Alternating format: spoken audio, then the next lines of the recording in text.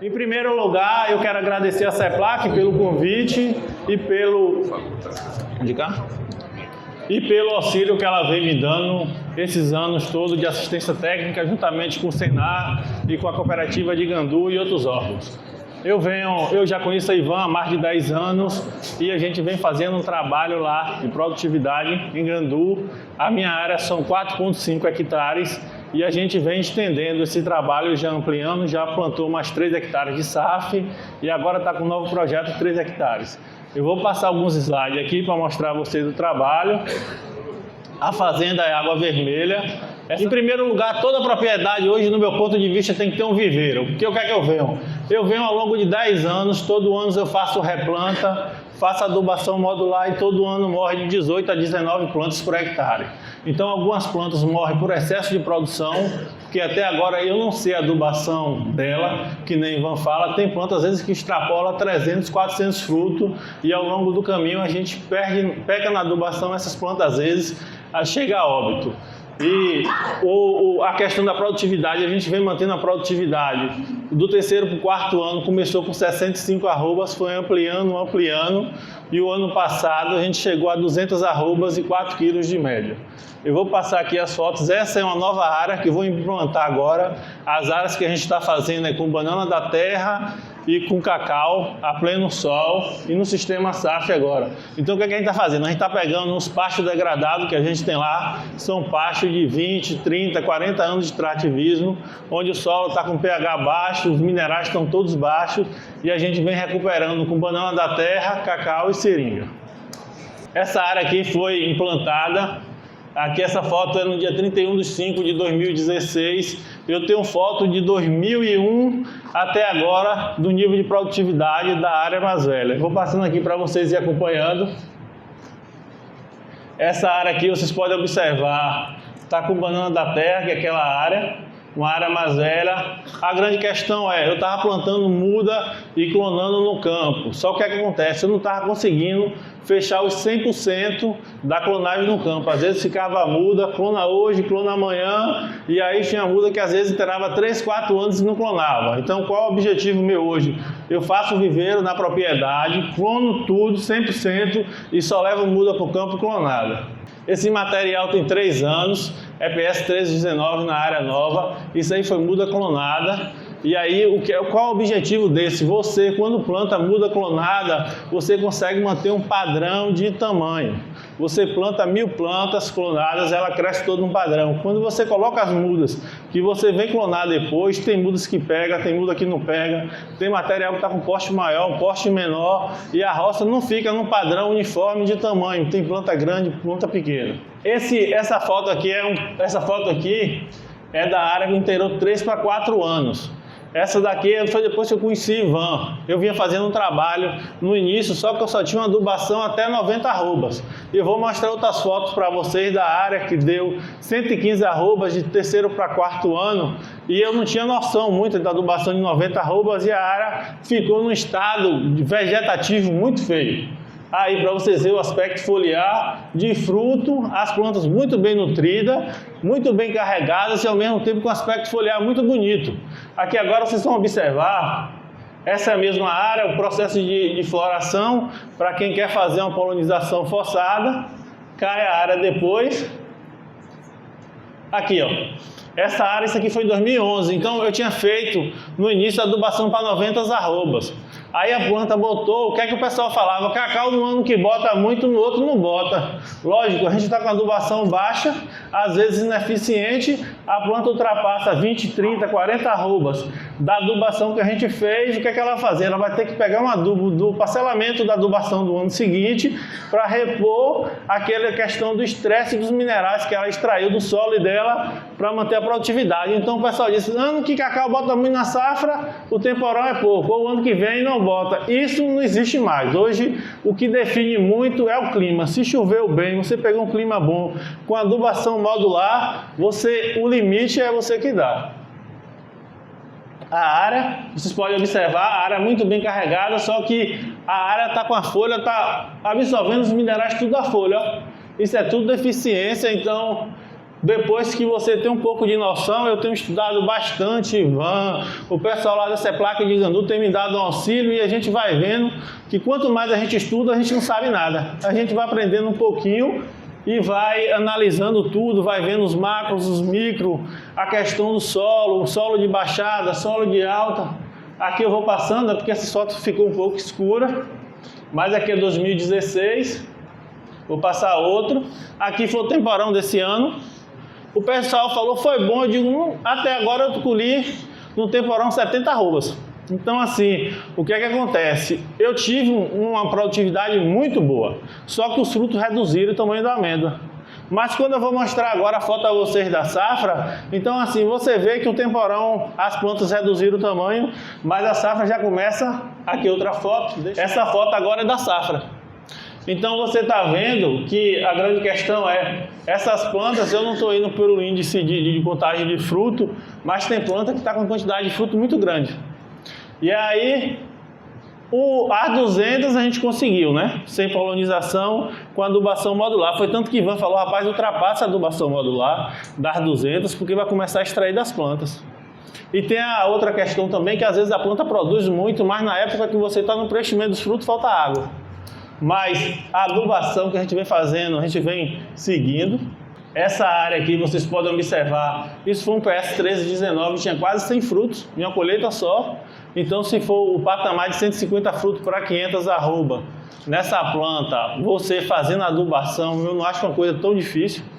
Viu? Apesar de ninguém, a não ser os dados, a questão de teste, mas é uma planta que produz muito, a gente vem mantendo espaçamento. O que é que eu pude observar? A planta, depois de 5, 6 anos, começa a entrelaçar. Se você fazer a adubação, por mais adequada que seja, se você não rebaixar ela, não tirar o entrelaçamento entre uma e outra, para ela começar a tomar fotossíntese, ela vai cair a produtividade, porque uma começa a invadir o espaçamento da outra.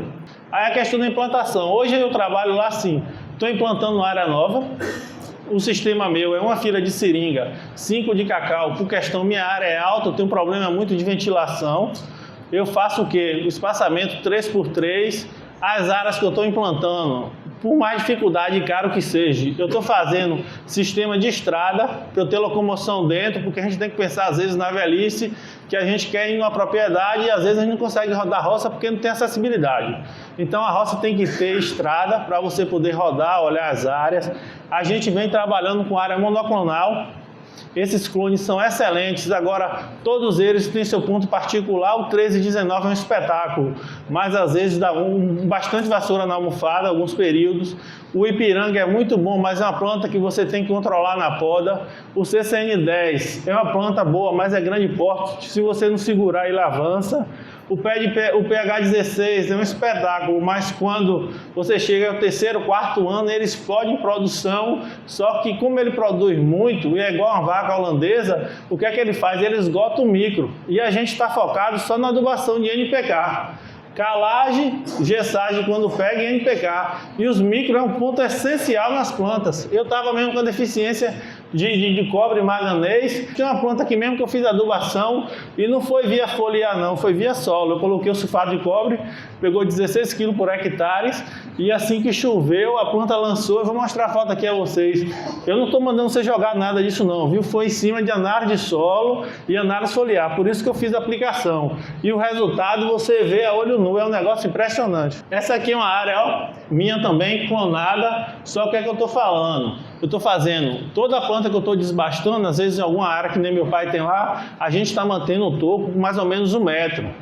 E o processo de desbrota, como é todo na mão, vermelhinho, porque senão você vai perder 40% da adubação, 50% da adubação, a depender do processo que você faz de deixar a brota amadurecer. A gente está mantendo esse estoco porque eu não tirei foto. E o saudoso Edivaldo, ele deixava e ele produz muito. Então, assim, tem uma propriedade lá mesmo que eu vou e o rapaz está decepando os pés, deixando os clones, já está com 4, 5 anos, o meeiro está no otimismo, graças a Deus. Porque os caras querem produzir acima de 100 arrobas por hectare. Então, cada meeiro que tem 5 hectares, se ele produzir acima de 100 arrobas por hectare, ele não vai sair da propriedade nunca. E só vai acontecer isso o quê? Tecnologia. A gente clonando, a gente coletando análise, a gente adubando, a gente trabalhando com parceria. Porque o objetivo é assim, se a parceria aumenta, eu não sou parceiro, eu não tenho área de propriedade de parceria, mas a maioria tem pela questão da dificuldade que vem passando. Mas se a gente fazer um trabalho de melhoramento genético, de nutrição, o parceiro normalmente não sai da propriedade. Aqui, ó, essa aqui foi o que eu falei para vocês, isso foi uma deficiência de cobre, que já vão pegar 16. Aí chegou lá um monte de cientistas, né? Um disse que era envelhecimento precoce, outro disse que a planta morria depois de 5, 6 anos, 7 anos. E as plantas hoje estão com 10 anos. Aí eu fiz a adubação de sulfato de cobre, pegou as 16 gramas por planta e 45 dias depois cai a folha velha, ó. Essa nova já lançou assim, ó. Aí você fica olhando assim, observando o que é que acontece, às vezes, um simples micronutriente. E nesse ano que essa planta estava com essa reserva de micro, porque eu venho botando todo ano, eu vinha repondo pH FTE. Só que no FTE, quando eu for olhar a análise, Ivan disse, só coloca o sulfato, senão não corrige. Eu fiquei na teimosia do FTE. Só que o FTE, em 100 kg, só tem 800 gramas.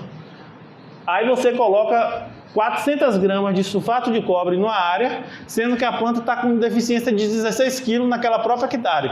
Então você não corrige nunca. Entendeu? Agora a gente está fazendo adubação específica. Se tem uma deficiência de um micro, a gente procura um lugar, tem aqui em Itabuna vende, em Gandu vende, em Santo Antônio vende, em Salvador vende, em Feira de Santana vende, Vitória vende, que tem gente de todo lado, e você vai lá e compra ácido bórico, sulfato de cobre, sulfato de manganês, mas isso tem que vir na análise de solo específica. Então a gente está fazendo adubação hoje, quando vai coletar análise de 0 a 10, de 0 a 20, de 20 a 40, que tudo isso que eu estou falando aqui é o que essa placa recomenda. Então acho que meu tempo já passou, eu vou passar mais algumas fotos. Aqui é o CCN10 de 2018, que o pessoal disse que não bota aqui, uma planta que não presta. Apesar de fazer igual a Ivan, tá uma poda de fotógrafo, né? Mas é uma planta espetacular, planta de porte pequeno, é uma planta que lá ultimamente só morreu alguns pés por excesso de produção. Eu já tenho essa planta há 11 anos, vem mantendo um índice muito bom. Os PS 1319 morreram também, alguns por excesso de produção por hectare. Então assim, o que é que acontece? Dessas 12 a 18 plantas, morre 3 a 5 de excesso de produtividade, murcha de verticílio, mal do facão e algumas que carrega demais a elástica. Aí o que é que eu faço? Quando a planta abre toda, eu decepo a planta e planto uma muda. Viu? Aqui é o CCN10. Esse aqui é o PS 1319, uma planta que eu gosto muito, apesar de dar vassoura na almofada e em áreas muito fechadas, mas depois que você remove aquela vassoura é mais tranquilo. E o que eu pude observar nessa planta, a grande quantidade que estava dando de vassoura em uma área foi porque ela ficou muito alta, acima dos 2,5 metros. Eu estava fazendo aquela poda por baixo e estava deixando um excesso de 50, 60 centímetros por cima. Aí o que é que aconteceu? As vassouras que davam em cima eu não estava tirando. Aí começou a vassoura a envelhecer, esporulava. Só que quando a vassoura esporulava era da própria planta. E o fungo já estava resistente àquela planta. Aí o que é que eu fiz? Eu fiz uma poda de rebaixamento, apesar de não ter botado. E a mesma planta, um ano depois, melhorou a estrutura, ficou pequeno. Então assim, a gente vem mantendo a cada 4, 5 anos, a gente faz um rebaixamento. E agora qual é o objetivo? Manter a planta de 2,5 metros a 2,70 metros. É difícil, mas você vai reduzir muito mão de obra, principalmente na colheita e na poda, porque as plantas ficam pequenas, você consegue fazer tesoura. Outra coisa é a roçagem. A roçagem e a aplicação de herbicida, o que é que eu faço? Faço aplicação de adubo balanço, eu não coroa cacau, já há muitos anos, há mais de 8 anos. O que é que eu faço? Toda vez que faço aplicação de NPK, eu passo a roçadeira com nylon. Aí eu aproveito a mão de obra que o pessoal normalmente usa para coroar e para cobrir depois, jogo o adubo e passo o nylon. Aí, o que é que acontece com isso? Na hora que você faz o processo, aquela questão da matéria orgânica, tudo, o nylon tritura tudo.